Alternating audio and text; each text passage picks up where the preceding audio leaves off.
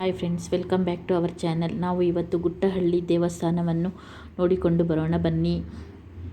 ಗುಟ್ಟಹಳ್ಳಿ ಕರ್ನಾಟಕ ರಾಜ್ಯದ ಕೋಲಾರ ಜಿಲ್ಲೆಯ ಬಳಿ ಪುಟ್ಟಹಳ್ಳಿ. ವಿಶ್ವಪ್ರಖ್ಯಾತ ಕೋಲಾರ ಗೋಲ್ಡ್ ಫೀಲ್ಡ್ಗೆ ಸುಮಾರು 25 ಕಿಲೋಮೀಟರ್ ದೂರದಲ್ಲಿದೆ.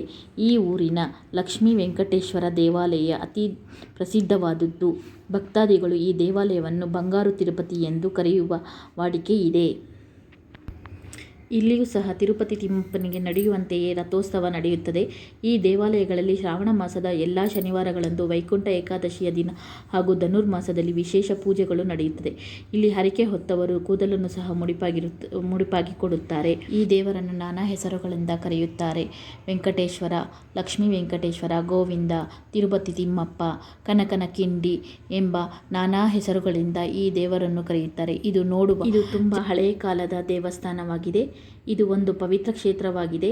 ಇಲ್ಲಿ ಆಂಜನೇಯನು 5 ಅವತಾರಗಳನ್ನು ಹೊಂದಿದ್ದಾನೆ. ಈ ವಿಡಿಯೋ ಇಷ್ಟ ಆದರೆ ಲೈಕ್ ಮಾಡಿ, ಶೇರ್ ಮಾಡಿ, ಕಮೆಂಟ್ ಮಾಡಿ ಫ್ರೆಂಡ್ಸ್.